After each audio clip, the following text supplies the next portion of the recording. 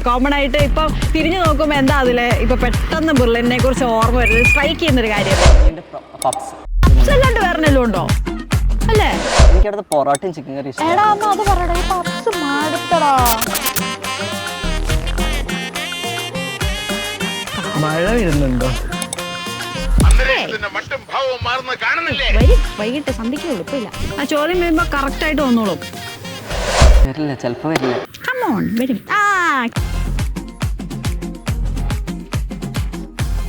അപ്പം അതിൻ്റെ ഒരു മോഡൽ എക്സാം ടൈം ഉണ്ടായിരുന്നു. പോർഷൻസ് ഒക്കെ കഴിഞ്ഞിട്ട് ഇതുപോലെ മോഡൽ എക്സാമിന് വേണ്ടി കംപ്ലീറ്റ് ആയിട്ട് പ്രിപ്പയർ ചെയ്തുകൊണ്ടിരുന്ന ഒരു ടൈം ഉണ്ടായിരുന്നു.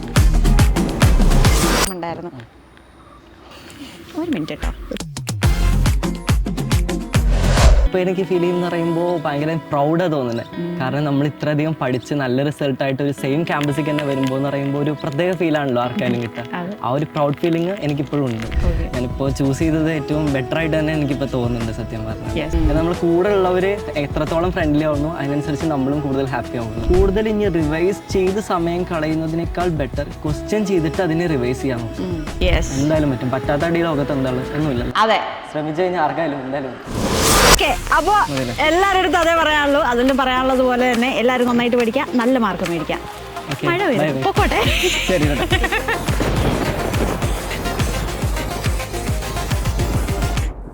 Hi students. സോ ഇന്ന് നമ്മോടൊപ്പം ജോയിൻ ചെയ്യുന്നത് അതുൽ കൃഷ്ണയാണ്.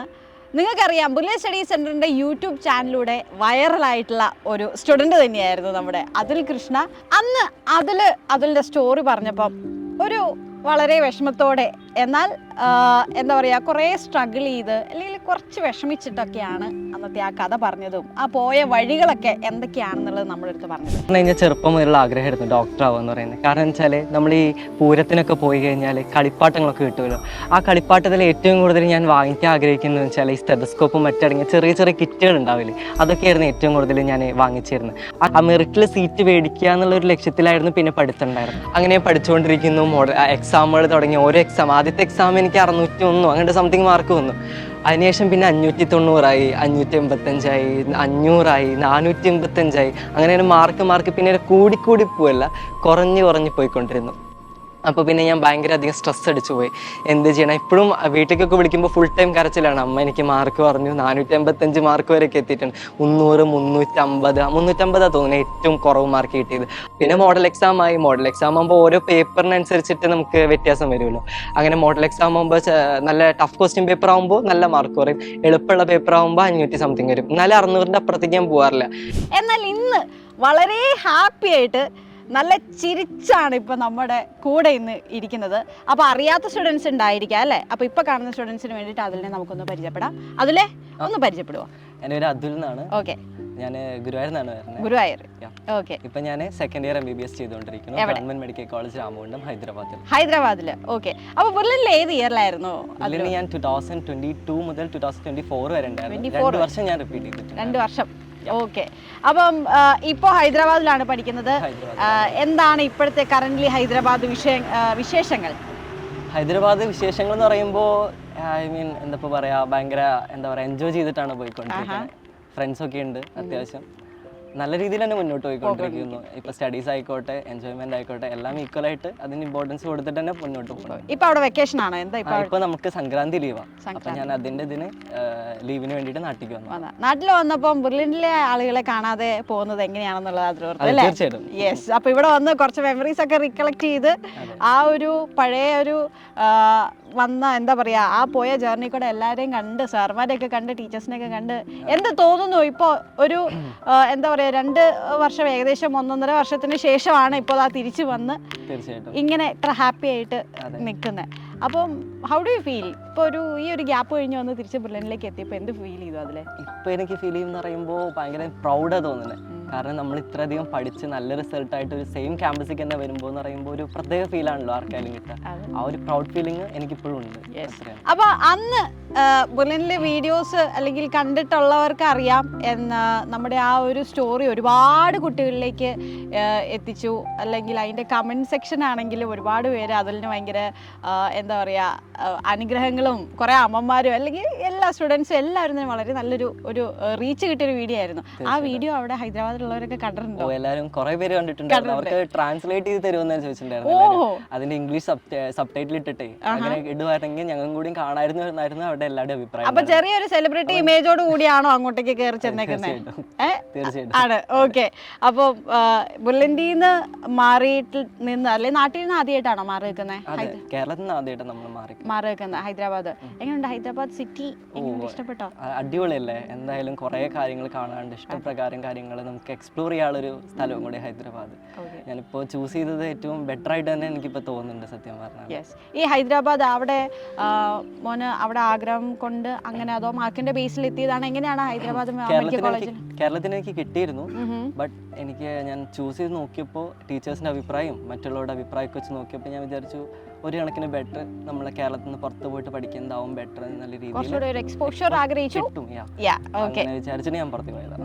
ഓക്കെ. മലയാളി സ്റ്റുഡൻസ് ഉണ്ടോ മോന്റെ ക്ലാസ്സിൽ? ഉണ്ട്. നമ്മുടെ ക്ലാസ്സിൽ 7 പേരുണ്ട്. 7 പേരുണ്ട്. ഓക്കെ. എല്ലാവരും നമ്മുടെ അതായത് മോന്റെ നാട്ടിൽ തൃശ്ശൂരിൽ നിന്നാണോ അതോ ബാക്കിയുള്ള എല്ലാ? ഒരാൾ തൃശ്ശൂരിൽ നിന്നുണ്ട്, പിന്നെ മലപ്പുറം, പാലക്കാട്, അങ്ങനെ കൊല്ലം, ആലപ്പുഴ അങ്ങനെയൊക്കെ ഉണ്ടായിരുന്നു. ഭൂരിഭാഗം നമ്മളെ ബ്രില്യനിലുള്ളവർ. ഏറ്റവും അതിശയമായിട്ടുള്ള കാര്യം എന്ന് പറയുമ്പോൾ അതാണ് നമ്മുടെ കേരളത്തിൽ മാത്രമല്ല കേരളത്തിന്റെ പുറത്ത് പോയാലും മെഡിക്കൽ കോളേജസിൽ എടുത്തു നോക്കിയാൽ അതിൽ ഒരു ഭൂരിഭാഗവും ബുള്ളൻഡിലെ സ്റ്റുഡൻസ് തന്നെയാണ്. അതിലിപ്പം ഹൈദരാബാദ് പോയി. അപ്പോൾ നിങ്ങൾ സ്റ്റുഡൻസ് ഇപ്പോൾ ഫ്രണ്ട്സ് ബുള്ളൻഡിൽ നിന്നുള്ളതുണ്ട്. അപ്പോൾ അവരുമായിട്ട് ഇങ്ങനെ ഡിസ്കസ് ചെയ്യുമ്പോൾ ബുള്ളൻഡിലെ കുറേ ഓർമ്മകൾ അങ്ങോട്ടും ഇങ്ങോട്ടും നിങ്ങൾ ഷെയർ ചെയ്യായിരിക്കും. അപ്പോൾ അതിൽ ഇപ്പം പെട്ടെന്ന് തിരിഞ്ഞു നോക്കുമ്പോൾ പെട്ടെന്ന് സ്ട്രൈക്ക് ചെയ്യുന്ന ഒരു ഓർമ്മ എന്തായിരിക്കും? അല്ലെങ്കിൽ ഏറ്റവും ഇഷ്ടപ്പെട്ടുള്ള ഒരു കാര്യം എന്തായിരിക്കും? പെട്ടെന്ന് സ്ട്രൈക്ക് ചെയ്യുമ്പോൾ എനിക്ക് ഓർമ്മയിൽ വരുന്നത് ബ്രില്ലിലെ പൊറോട്ടയും ചിക്കൻ കറിയാണ്. ലൈം ജ്യൂസും 10 രൂപയുടെ ഒരു ലൈം ജ്യൂസ് ഉണ്ട്. അത് ഞങ്ങൾ സ്ഥിരമായിട്ട് ഇന്റർവെൽ ടൈമിൽ കഴിക്കുന്ന ഒരു സംഭവമായിരുന്നു, കുടിക്കുന്ന സംഭവം. അതായിരുന്നു ഏറ്റവും പെട്ടെന്ന് മൈൻഡിൽ സ്ട്രൈക്ക് ചെയ്യുന്ന ഒരു സംഭവം. അപ്പോൾ ഇങ്ങനെ ചിലപ്പോൾ ഇങ്ങനെ നമ്മൾ പറയാറുണ്ട് ചില സ്ഥലത്തെ ഓരോ രുചി അത് വേറെ എവിടെയും കിട്ടില്ല എന്നുള്ളത്. അതുപോലെ തോന്നി. അത് അവിടെ ചെന്ന് കഴിഞ്ഞിട്ട് അവിടുത്തെ പൊറോട്ടയും ചിക്കനും അല്ലെങ്കിൽ അങ്ങനത്തെ ആയിട്ട് മാച്ച് ചെയ്ത് വരുന്നില്ല. നമുക്ക് ഇവിടെ തന്നെ ആ ഒരു രുചിയും കാര്യങ്ങളൊക്കെ കിട്ടുന്നുള്ളൂ. ഓക്കെ.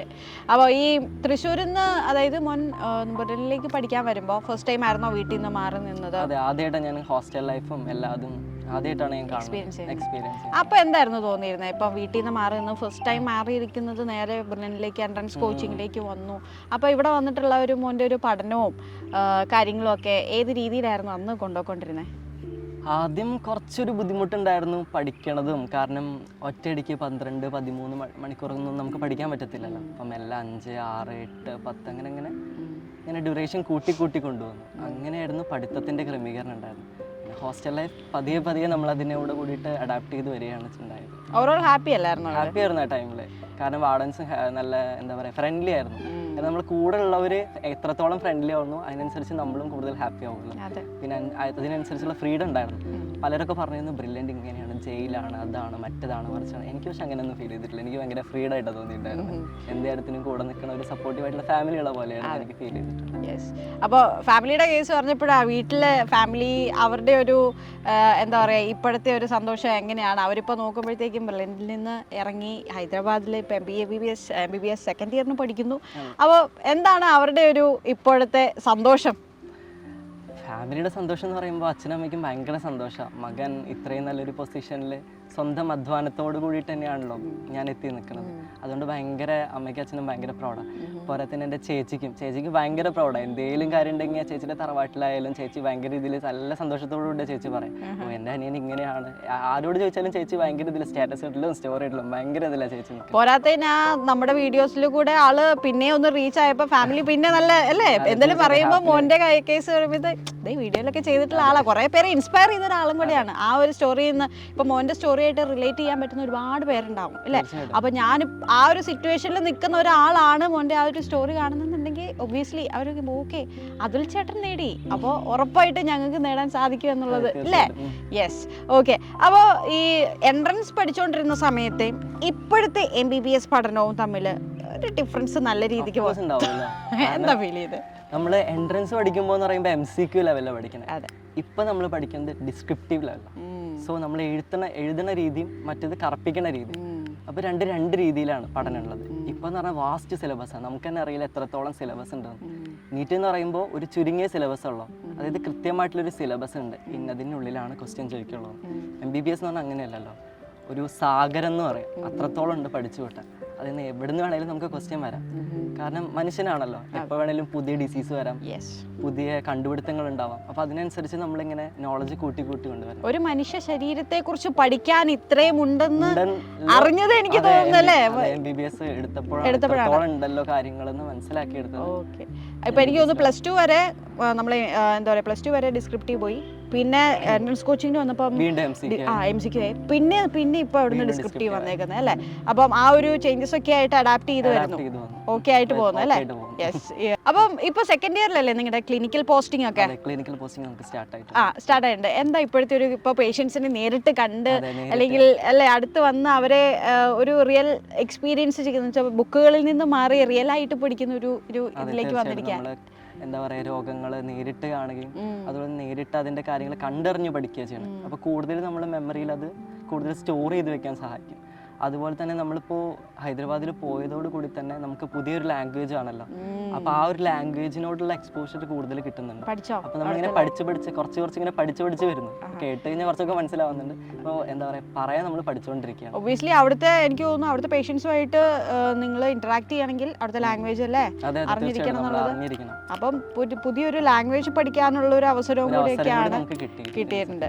യെസ്. അപ്പോൾ അതുപോലെ തന്നെ നിങ്ങൾക്ക് ഫസ്റ്റ് ഇയറിലും ഇതുപോലെ നമ്മുടെ അവിടുത്തെ വിസിറ്റും ഒക്കെ ഇല്ല, ഇങ്ങനെ ഓരോ വീടുകളിലും വിസിറ്റ് ഉണ്ട്. ഫാമിലി അഡോപ്ഷൻ പ്രോഗ്രാം അല്ലേ? നമ്മളൊരു വർഷത്തിൽ 5 ഫാമിലിനെ അഡോപ്റ്റ് ചെയ്യണമെന്നാണ് അവിടുത്തെ നിയമഗതി എന്ന് പറയുന്നത്. അപ്പോൾ നമുക്കത് 5 പ്രാവശ്യമായിട്ട് നമ്മൾ ഓരോ വില്ലേജിലും പോയിട്ട് നമുക്ക് 5 ഫാമിലിനെ അഡോപ്റ്റ് ചെയ്തിട്ട് അവരുടെ കാര്യങ്ങളൊക്കെ നോക്കി അറിയണം എന്നതാണ് അവിടുത്തെ ഒരു എക്സ്പീരിയൻസ്. ഇപ്പൊ നമ്മള് നാട്ടിലായിരുന്നെങ്കിൽ കുറെയൊക്കെ നമുക്ക് എന്താ പറയാ മലയാളികളാണ്, നമുക്ക് അതിൻ്റെതായിട്ടുള്ള ഇത്. വേറൊരു നാട്ടിൽ ചെന്ന് ലാംഗ്വേജ് മാറി അല്ലെങ്കിൽ അവിടെ ചെന്നതിന് ശേഷം അവിടുത്തെ എന്താ പറയാ നാട്ടിലേക്ക് ഇറങ്ങി ആൾക്കാരിലേക്ക് ഇറങ്ങി എന്താ പറയാ പ്രവർത്തിക്കുന്ന ഒരു ഇത് വന്നപ്പോഴത്തേക്ക് ആ ഒരു എക്സ്പീരിയൻസ് എങ്ങനെ ഉണ്ടായിരുന്നു? ആദ്യം കുറച്ച് ബുദ്ധിമുട്ടുണ്ടായിരുന്നു, കാരണം നമുക്ക് ലാംഗ്വേജ് അറിയില്ലല്ലോ. നമ്മളിങ്ങനെ നോക്കിയിരിക്കുകയായിരുന്നു. പിന്നെ ഫ്രണ്ട്സൊക്കെ ഭയങ്കര സപ്പോർട്ടീവ് ആയതുകൊണ്ട് അവരെ കൂടെ പോകും, അപ്പോൾ അവർ ഹെൽപ്പ് ചെയ്യും നന്നായിട്ട്. അപ്പോൾ അതിനോട് കൂടിയിട്ട് നമ്മൾ നന്നായിട്ട് ഇമ്പ്രൂവ് ആയിട്ട് വന്നു ആ മേഖലയിൽ. ഇപ്പോൾ സെക്കൻഡ് ഇയറിൽ കയറിയിട്ട് മോനെ ഏറ്റവും ഇപ്പം പൊക്കോണ്ടിരിക്കുമ്പം ഇപ്പോൾ ക്ലിനിക്കൽ പോസ്റ്റിംഗ് ആകട്ടെ, എന്താണ് ഏറ്റവും കൂടുതൽ ഇഷ്ടപ്പെട്ട ഒരു കാര്യം? എനിക്ക് ഈ ഒരു ഇതാണ് അല്ലെങ്കിൽ ഈ ഒരു സെക്ഷനാണ് എനിക്ക് ഏറ്റവും ഇഷ്ടം എന്ന് പറയുകയാണെങ്കിൽ? എനിക്കിപ്പോൾ മെഡിസിൻ്റെ പോസ്റ്റിങ്ങും അതുപോലെ തന്നെ സർജറിയുടെ പോസ്റ്റിങ്ങും നന്നായിട്ട് ഇഷ്ടപ്പെട്ടു. നല്ല രസമുണ്ട് കാര്യങ്ങളൊക്കെ. കൂടുതൽ എന്താ പറയുക, ജീവിതത്തിൽ കൂടുതൽ എന്താ പറയുക പ്രായോഗികമാക്കാവുന്ന കുറേ കാര്യങ്ങൾ അതിലുണ്ട്. എല്ലാതും ഉണ്ട്, ഇല്ല എന്നല്ല പറയുന്നത്, പക്ഷെ കുറച്ച് കൂടുതൽ ഇൻട്രസ്റ്റിംഗ് ആയിട്ടുള്ള 2 എനിക്ക് തോന്നുന്നു. അപ്പൊ സർജറിയിലേക്ക് തിരിയാനുള്ള ഒരു ചാൻസ് ഉണ്ടോ? ഉണ്ട്. ചെറിയൊരു ചായ ഇപ്പൊ തോന്നി തുടങ്ങിയെന്ന് തോന്നല്ലേ? ഓക്കെ. ഓരോ ഫീൽഡിനെ കുറിച്ച് അറിഞ്ഞു വരുമ്പോഴാണ് ഇപ്പൊ ഇനി ഏതാണ് നമുക്ക് അല്ലേ സ്പെഷ്യലൈസേഷൻ ചെയ്യേണ്ടതെന്നുള്ളത് ഒരു ഐഡിയ കിട്ടും അല്ലേ? Okay, very good. അതിൽ ഇപ്പൊ നമ്മുടെ ബെർലിനിലെ ഇപ്പോഴത്തെ ടൈം എന്ന് പറഞ്ഞാൽ അതിനറിയാലോ, അതായത് പോർഷൻസ് കഴിഞ്ഞു, ഇനിയിപ്പോൾ അവരുടെ മോഡൽ എക്സാംസ് ഒക്കെ കുട്ടികളെ സ്റ്റാർട്ട് ചെയ്യാൻ പോവുകയാണ്. അപ്പോൾ വൺസ് അതിൽ ഇങ്ങനത്തെ ഒരു സിറ്റുവേഷനിൽ പോയിക്കൊണ്ടിരുന്ന ഒരു ടൈം ഉണ്ടായിരുന്നു. ആ ടൈമിൽ എങ്ങനെയൊക്കെയായിരുന്നു എന്താ പറയുക പോർഷൻസ് തീർന്നു കഴിഞ്ഞിട്ട് മോഡൽ എക്സാംസിലേക്ക് കയറിയപ്പോൾ എങ്ങനെയായിരുന്നു അതിൻ്റെ ഒരു പ്രിപ്പറേഷനൊക്കെ? എൻ്റെ പ്രിപ്പറേഷൻ എന്ന് പറയുമ്പോൾ ആദ്യം നമ്മൾ ബുക്ക് വായിച്ചതിന് ശേഷം ക്വസ്റ്റ്യൻ ചെയ്യലെന്നാണല്ലോ. ഇത് നേരെ തിരിച്ചായി. നമ്മൾ ക്വസ്റ്റ്യൻ ചെയ്തിട്ട് തെറ്റിയത് നോക്കിയിട്ട് നമ്മൾ ബുക്ക് വായിക്കുന്ന ആ രീതിയിലേക്ക് ആ ഒരു പ്രിപ്പറേഷൻ മാറുകയുണ്ടായി. അതായിരുന്നു എന്നിലെ ഏറ്റവും വന്ന ചേഞ്ച് എന്ന് പറയുന്നത്. ഞാൻ ആദ്യം കുറേ വായിച്ചതിന് ശേഷം എന്താ പറയുക ക്വസ്റ്റ്യൻസ് ചെയ്തിരുന്നുള്ളൂ. പക്ഷേ ഇതിന് എക്സാമിന് ശേഷം, അതായത് എക്സാം അടുത്തപ്പോൾ ഞാനത് നേരെ തിരിച്ചു. അതായത് ക്വസ്റ്റ്യൻ ചെയ്യുന്നു, തെറ്റിയത് മാത്രം ഞാൻ നോക്കിയിട്ട് അത് റിവൈസ് ചെയ്യായിരുന്നു ചെയ്തായിരുന്നു. അതായിരുന്നു ഏറ്റവും വലിയ. അത് അധികം ആരും പറഞ്ഞു കേൾക്കാത്തൊരു സംഭവം കേട്ടോ. കാര്യം എല്ലാവരും പോർഷൻസ് കംപ്ലീറ്റ് കഴിഞ്ഞിട്ട് ക്വസ്റ്റ്യൻസ് പ്രാക്ടീസ് ചെയ്യാന്നുള്ളത് ആണ് നോർമലി നമ്മൾ കേൾക്കുന്നത്. പക്ഷേ ക്വസ്റ്റ്യൻസ് ചെയ്ത് തെറ്റിയത് പഠിക്കുക എന്നുള്ളൊരു രീതിയിലായിരുന്നു അങ്ങനെ മാറിയിരുന്നത്. ഓക്കെ. അപ്പോൾ അത് ഒരുപാട് ഇപ്പോൾ ലാസ്റ്റ് ഒക്കെ ആയപ്പോൾ മോഡൽ എക്സാമിൻ്റെ അവസാനമൊക്കെ ആയപ്പോൾ ഇത് കുറേ ഹെൽപ്ഫുൾ ആയിട്ട് തോന്നി. എങ്ങനെയാണ് അത് ഓരോ എക്സാം കഴിഞ്ഞിട്ട് ആ ഒരു ഇമ്പ്രൂവ്മെന്റ് വന്നത് എങ്ങനെയായിരുന്നു? ഇമ്പ്രൂവ്മെന്റ് എന്ന് പറയുമ്പോൾ നമുക്ക് ചിലപ്പോൾ ഒരു ക്വസ്റ്റ്യൻ ചിലപ്പോൾ മനുഷ്യനല്ലേ സ്വാഭാവികമായിട്ട് തെറ്റ് പറ്റും. അപ്പോൾ നമ്മൾ എന്ത് ചെയ്യുക, തെറ്റിയതിനനുസരിച്ച് നമ്മളത് നോട്ട് ചെയ്ത് വെക്കുന്നു, അതിനനുസരിച്ച് മാർക്ക് ചെയ്ത് വെച്ചിരുന്നു. ഞാനൊക്കെ എന്ന് പറയുമ്പോൾ ബയോളജി എന്ന് പറഞ്ഞാൽ കുറേ വാസ്റ്റ് ഉണ്ടല്ലോ, എങ്ങനെ വേണമെങ്കിലും അവർക്ക് ക്വസ്റ്റ്യൻ ചോദിക്കാം. അപ്പം ഞാൻ എന്താണെന്ന് വെച്ചാൽ റെഡിങ് വെച്ചിട്ട് ഞാനത് ഹൈലൈറ്റ് ചെയ്തിട്ട് വെക്കും. ഒന്നുമില്ല ഞാൻ സ്റ്റാർ മാർക്ക് ചെയ്ത് വെക്കും. ഒരു സ്റ്റാർ എന്ന് വെച്ച് കഴിഞ്ഞാൽ 1 പ്രാവശ്യം തെറ്റി, 2 സ്റ്റാർ എന്ന് പറയുമ്പോൾ 2 പ്രാവശ്യം തെറ്റി, അപ്പോൾ 3 സ്റ്റാർ എന്ന് പറഞ്ഞാൽ 3 പ്രാവശ്യം തെറ്റി. അപ്പോൾ മനസ്സിലാവും എത്രത്തോളം തെറ്റി എന്നുള്ളൊരു കണക്ക് ആ ഒരു ബുക്ക് വായിക്കുമ്പോൾ നമുക്ക് മനസ്സിലാവും. അപ്പൊ അത് ആ ഒരു പോർഷനിൽ നിന്ന് ക്വസ്റ്റ്യൻ വരുമ്പോഴത്തേക്കും അതിന് ആലോചിക്കുക അന്ന് തെറ്റിയതാണല്ലോ, ഞാൻ സ്റ്റാർ ചെയ്ത് വെച്ച് 3 തവണ എനിക്ക് തെറ്റിയതാന്നുള്ള ഇനി തെറ്റിക്കരുത് എന്നുള്ളൊരു ബോധം ഉണ്ടാവും. ഓക്കെ. അപ്പൊ അങ്ങനെ ചെയ്ത് ക്വസ്റ്റ്യൻസ് ചെയ്ത് അതിൽ നിന്ന് തെറ്റുന്ന ഓരോ പോർഷൻസ് ആണ് കൂടുതലും കോൺസെൻട്രേറ്റ് പഠിച്ചത്. കാര്യം മോഡൽ എക്സാമിന്റെ സമയത്ത് അങ്ങനെ പഠിച്ചാൽ കുറച്ചുകൂടെ ഹെൽപ്ഫുൾ ആവും തോന്നുന്നു അല്ലേ? ലാസ്റ്റ് ഒക്കെ ആകുമ്പോൾ നമ്മൾ ഒരുവിധം എല്ലാതും മെമ്മറിയിലായിരിക്കും.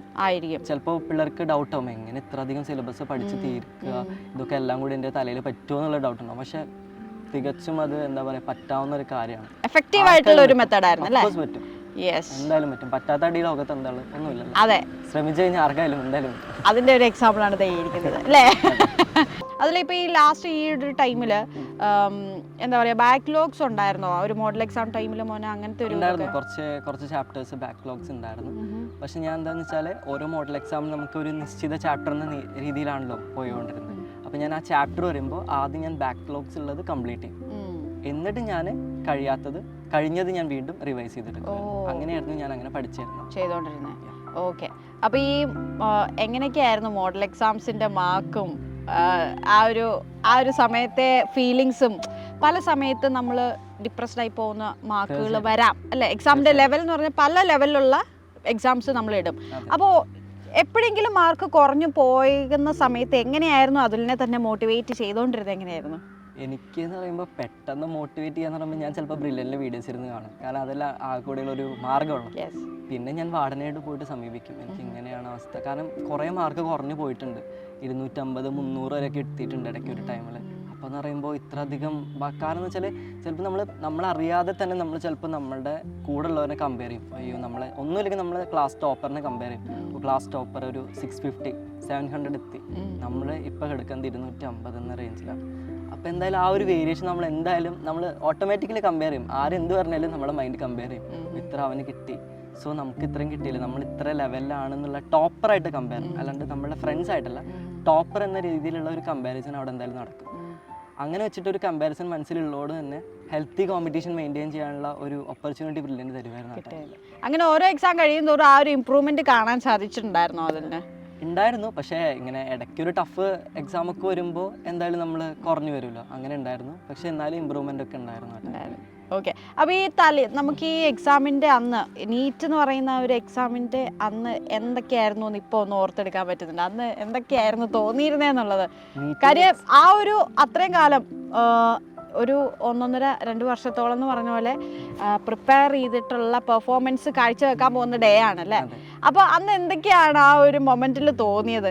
എക്സാം എഴുതുന്നതിന് മുന്നേ ആ ഒരു ക്വസ്റ്റ്യൻ പേപ്പർ കിട്ടിക്കഴിഞ്ഞപ്പോൾ okay, this is the day, അല്ലെങ്കിൽ എനിക്ക് പെർഫോം ചെയ്യാൻ പറ്റുന്ന അല്ലെങ്കിൽ ചെയ്യാൻ പോകുന്ന ഒരു സംഭവമാണെന്ന് എന്തായിരുന്നു അന്നത്തെ ഒരു ഫീലിങ്സ്?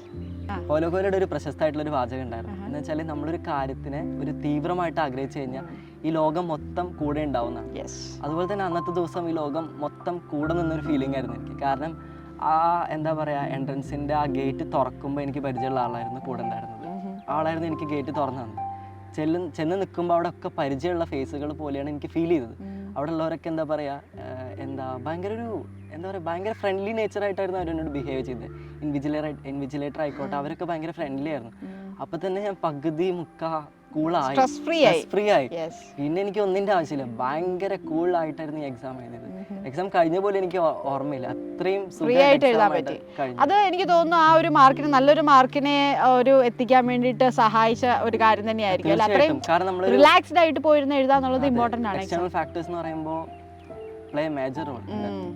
അപ്പം അതിൻ്റെ ഒരു അഭിപ്രായത്തിൽ എക്സാം എഴുതാൻ പോകുന്ന കുട്ടികൾ അവരെന്തൊക്കെ കാര്യങ്ങളാണ് ശ്രദ്ധിക്കേണ്ടത്? ഇപ്പം എക്സാം ഹോളിനെ കുറിച്ച് പറഞ്ഞപ്പോൾ ഞാൻ ചോദിക്കാം, അതിൻ്റെ ഒരു അഭിപ്രായത്തിൽ ഒന്ന് എക്സ്പീരിയൻസ് ചെയ്തത് കൊണ്ട് എക്സാം ഹോളിലേക്ക് പോകുമ്പോൾ ഏതൊരു മൈൻഡ് സെറ്റായിട്ട് പോകണം, എന്തൊക്കെയായിരിക്കണം ഒന്ന് ചെയ്യേണ്ടത്? നമ്മൾ ഇത്രയധികം എന്താ പറയുക, കുറേ MCQ ചെയ്തിട്ടുള്ളത്, എത്രത്തോളം MCQ ചെയ്തിട്ടുണ്ട്. അപ്പോൾ എന്തായാലും മൈൻഡിൽ ഓട്ടോമാറ്റിക്കലി അതൊക്കെ എന്താ പറയുക സ്റ്റോർ ചെയ്ത് വെച്ചിട്ടുണ്ടായിരിക്കും. അപ്പോൾ നമ്മൾ അധികം സ്ട്രെസ്സായിട്ട് പോകേണ്ട ആവശ്യമില്ല. ഇപ്പോൾ സ്ട്രെസ് അടിച്ചിട്ട് പോയിട്ട് ഇപ്പോൾ എന്താ കാര്യം, ഒന്നും കിട്ടാൻ പോകണമെന്നില്ല, നമുക്കൊന്നും കിട്ടത്തില്ല. ഇത്ര അധികം സ്ട്രെസ് അടിച്ച് കഴിഞ്ഞാൽ നമ്മളുള്ളതും കൂടി മറന്നു പോകുള്ളൂ. അപ്പോൾ നമ്മൾ മൈൻഡ് റിലാക്സ് ആക്കിയിട്ട് പോകും. അപ്പോൾ തന്നെ പകുതി എല്ലാ ആൻസറുകളും നമുക്ക് കിട്ടും. അതാണ് ഏറ്റവും വലിയ എന്താ പറയുക ടെക്നിക്ക് എന്ന് പറയുന്നത്. Yes, okay. അപ്പോൾ മോഡൽ എക്സാംസിൻ്റെ കാര്യം പറഞ്ഞു വന്നപ്പോഴാണല്ലോ നമ്മൾ ഇതിലോട്ട് വന്നത് അല്ലേ? അപ്പോൾ ഈ മോഡൽ എക്സാംസിന് വേണ്ടിയിട്ട് ഇനി കുട്ടികൾ എങ്ങനെ പ്രിപ്പയർ ചെയ്യണം എന്നും കൂടെ ഒന്ന് അതിൽ പറഞ്ഞു കൊടുക്കും. ഇനി നമുക്ക് 4 മാസമുള്ളത് നമ്മുടെ പിള്ളേർക്ക്. സോ ഇനി നമുക്ക് അങ്ങോട്ട് പോകുമ്പോൾ എന്ന് വെച്ചാൽ നമ്മൾ കൂടുതൽ എല്ലാവരും ഷോർട്ട് നോട്ടൊക്കെ പ്രിപ്പയർ ചെയ്ത് വെച്ചിട്ടുണ്ടായിരിക്കും. ഭൂരിഭാഗം പിള്ളേരും ഷോർട്ട് നോട്ടൊക്കെ പ്രിപ്പയർ ചെയ്ത് വെച്ചിട്ടുണ്ട്. കൂടുതൽ ഇനി റിവൈസ് ചെയ്ത് സമയം കളയുന്നതിനേക്കാൾ ബെറ്റർ ക്വസ്റ്റ്യൻ ചെയ്തിട്ട് അതിനെ റിവൈസ് ചെയ്യാൻ നോക്കും. ഇപ്പോൾ ബയോളജി ഞാൻ അത്രയും സ്ട്രെസ് ചെയ്യുന്നില്ല, കാരണം അത് ലൈൻ ബൈ ലൈൻ നമുക്ക് വായിച്ച് തന്നെ അത് നമുക്ക് റിവൈസ് ചെയ്യാൻ പറ്റത്തുള്ളൂ. സോ ബയോളജിയുടെ കാര്യത്തിനോട് പറയുമ്പോൾ ബയോളജി നമ്മൾ ലൈൻ ബൈ ലൈൻ തന്നെ പോകണം. തെറ്റി നമുക്ക് ഇങ്ങനെ ഞാൻ പറഞ്ഞ പോലെ റെഡിങ് വെച്ചിട്ട് സ്റ്റാർ ചെയ്ത് വെച്ച് കഴിഞ്ഞാൽ കൂടുതൽ ഞാൻ കുറേ പേർക്ക് പറഞ്ഞു കൊടുത്തിട്ട് അത് ഭയങ്കര ഹൈലൈറ്റ് ആയിട്ടുള്ളൊരു സംഭവം ഞാൻ കുറേ പേർക്ക് പറഞ്ഞു കൊടുത്തിട്ടുണ്ട്. സ്റ്റാർ ചെയ്ത് വെച്ചോ, ഹൈലൈറ്റ് ചെയ്ത് വെച്ചോ, അത് കഴിഞ്ഞ് കഴിഞ്ഞാൽ ഞാൻ സ്റ്റാർ ചെയ്ത് വെച്ചാൽ പെട്ടെന്ന് നമുക്ക് സ്ട്രൈക്ക് ചെയ്യും. ആ ക്വസ്റ്റ്യൻസ് മറിക്കുമ്പോൾ നമുക്ക് മനസ്സിലാവും ഇന്നതിലാണ് നമുക്ക് വീക്ക്, ഇതാണ് നമുക്ക് റിവൈസ് ചെയ്യണം എന്നുള്ള കാര്യം നമ്മുടെ ബ്രെയിനിന് മനസ്സിലാവും. ഫിസിക്സ് എന്ന് പറയുമ്പോൾ ഒന്നും പറയല്ല, ഇക്വേഷൻസിൻ്റെ കാര്യമാണ് മൊത്തം. ഇക്വേഷൻസ് ആൻഡ് കൺസെപ്റ്റ് ഈ രണ്ടും ഉണ്ടെങ്കിൽ ഫിസിക്സ് നമുക്ക് കയ്യിലാക്കാം. എനിക്ക് വീക്ക് ഉണ്ടായിരുന്നു ഫിസിക്സിലായിരുന്നു.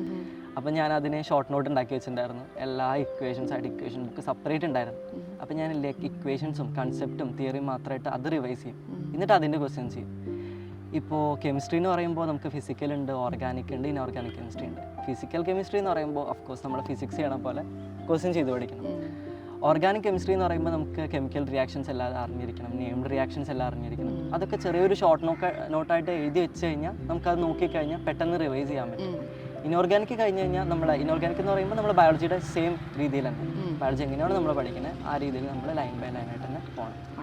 ഇതൊക്കെ നല്ല രീതിയിൽ പോയി കഴിഞ്ഞാൽ ഈ 3 സബ്ജക്റ്റിനോടുള്ള അപ്രോച്ച് ഇങ്ങനെ പോയി കഴിഞ്ഞാൽ ഒരുവിധം നല്ല രീതിയിൽ എത്താൻ പറ്റും. ഇപ്പോൾ 4 മാസം ഉണ്ട് അവർക്ക്. 4 മാസം എന്ന് പറയുമ്പോൾ ആദ്യം 2 യൂണിറ്റ് പോലെ 4 യൂണിറ്റ് അങ്ങനെ കമ്പൈൻ ചെയ്ത് ലാസ്റ്റ് ഫുൾ യൂണിറ്റ് പോലെ എത്തും. അപ്പോൾ ആദ്യം നമുക്ക് ഇങ്ങനെ 2 യൂണിറ്റ് ആണല്ലോ, 2 യൂണിറ്റ് 4 യൂണിറ്റ് എങ്ങനെ എനിക്ക് ഓർമ്മയില്ല എങ്ങനെയാണ് ഇവരിപ്പോൾ നടത്തുന്നത്. അപ്പോൾ എന്താ പറയുക, ആ ടൈമിൽ നമ്മൾ ആ ഒരു ചാപ്റ്റേഴ്സ് റിവൈസ് ചെയ്യുക. ഫുൾ മോഡൽ വരുമ്പോൾ നമ്മൾ എന്ത് ചെയ്യുക, ഞാൻ പറഞ്ഞ പോലെ നേരെ തിരിയുക. അതായത് നമ്മൾ ക്വസ്റ്റ്യൻ ചെയ്തിട്ട് റിവൈസ് ചെയ്യുന്ന രീതിയിലേക്ക് ഫുൾ മോഡൽ ആകുമ്പോൾ പോവാം. കമ്പൈൻ ചെയ്യുമ്പോൾ നമ്മൾ സാധാ രീതിയിൽ റിവൈസ് ചെയ്യുന്നു, ക്വസ്റ്റ്യൻ ചെയ്യുന്നു. നേരെ ഫുൾ മോഡൽ വരുമ്പോൾ നമ്മൾ എന്ത് ചെയ്യുന്നു, ക്വസ്റ്റ്യൻ ചെയ്യുന്നു, റിവൈസ് ചെയ്യുന്നു. അങ്ങനെ രീതിയിലേക്ക് എത്തണം. അപ്പോൾ പെട്ടെന്ന് നമ്മുടെ മൈൻഡിൽ അത് സ്ട്രൈക്ക് ചെയ്യും. പെട്ടെന്ന് രീതിയിൽ സ്റ്റോർ ചെയ്ത് വെക്കാനും സഹായിക്കും. പിന്നെ എന്താ പറയുക, സ്ട്രെസ് ഫ്രീ ആയിട്ടിരിക്കുക, കുറച്ചൊക്കെ എന്താ പറയുക വീട്ടിലേക്കൊക്കെ വിളിക്കുക, എന്നിട്ട് സംസാരിക്കുക, ഇടയ്ക്ക് അങ്ങോട്ടും ഇങ്ങോട്ടും നടക്കുക. ദിവസം 2 ക്വസ്റ്റ്യൻ പേപ്പർ വെച്ചിട്ട് ചെയ്ത് പഠിക്കുക. അതാണ് ഏറ്റവും വലിയ കാര്യം. ഡെയിലി 2 ക്വസ്റ്റ്യൻ പേപ്പർ, പറ്റുമെങ്കിൽ 2 ക്വസ്റ്റ്യൻ പേപ്പർ അല്ലെങ്കിൽ 3 ക്വസ്റ്റ്യൻ പേപ്പർ എങ്കിലും. 3 ചുരുങ്ങിയതാണ് സത്യം പറഞ്ഞാൽ, 3 പറ്റില്ല ചിലപ്പോൾ. 2 മിനിമം ചെയ്ത് പഠിക്കണം. എന്നാലാണ് ആ ഒരു സ്പീഡ് ഉണ്ടാവുള്ളൂ. കാരണം 4 മാസം ഉണ്ട്. 4 മാസത്തിൽ നമുക്ക് ഇനി വേണ്ട സ്പീഡാണ് വേണ്ടത്. ആ സ്പീഡ് എത്രത്തോളം നമുക്ക് കൂട്ടിക്കൊണ്ടുപോകാൻ പറ്റുമോ ആ ഒരു സ്പീഡാണ് നമുക്ക് അന്നത്തെ ദിവസം പെർഫോമൻസിന് ഏറ്റവും എന്താ പറയുക മേജർ ആയിട്ടുള്ള റോൾ വഹിക്കുന്നത്. ടൈം മാനേജ്മെന്റ് ഭയങ്കര ഇമ്പോർട്ടൻ്റ് ആയിട്ടുള്ള ഒരു കാര്യം. അപ്പോൾ സോ അതിനനുസരിച്ച് നമ്മൾ എന്ത് ചെയ്യണം, സ്പീഡ് കൂട്ടി ഇനി കൊണ്ടുവരണം. അതിൻ്റെ പ്രാക്ടീസാണ് ഇനി ചെയ്തുകൊണ്ടിരിക്കേണ്ടത്. ഓക്കെ, അപ്പോൾ എല്ലാവരുടെ അടുത്തും അതേ പറയാനുള്ളൂ. അതിലും പറയാനുള്ളത് പോലെ തന്നെ എല്ലാവരും നന്നായിട്ട് പഠിക്കുക, നല്ല മാർക്ക് മേടിക്കുക. മഴ വരും, പൊക്കോട്ടെ. ശരി.